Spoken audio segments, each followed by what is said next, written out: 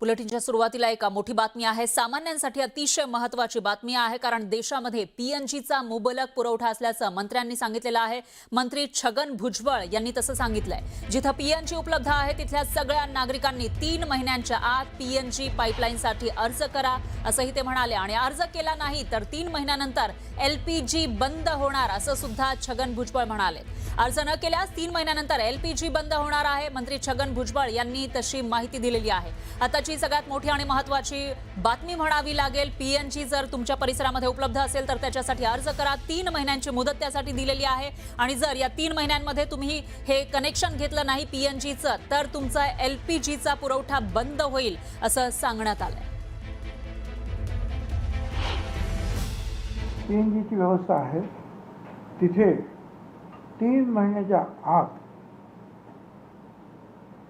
तुम्ही सगळ्यांनी जे आहे, मग घरगुती असतील, कमर्शियल असतील, कोणी असेल, त्यांनी अर्ज ताबडतोब करणं गरजेचं आहे।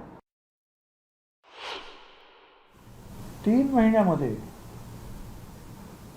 या सगळ्या ठिकाणी जर पाईपलाईनचं काम नाही झालं समजा, पण तुम्ही अर्ज केलेला आहे तर तुमचं एलपीजी बंद होणार नाही, कारण तुमचा हेतू घेण्याचा आहे।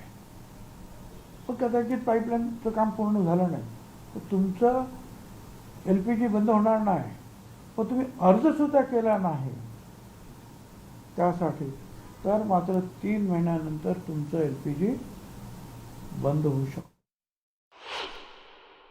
एक अफवाचं 3-4 हजार जास्त येतं की ते सिलेंडर बंद होणार, सिलेंडर बंद होणार। काल सुद्धा मुख्यमंत्र्यांनी सुद्धा सांगितलं की आमच्याकडे आणि भारत सरकार पुरेसा साठा या सगळ्या गोष्टींचा आहे आणि सातत्यानं प्रयत्न सुरू आहेत।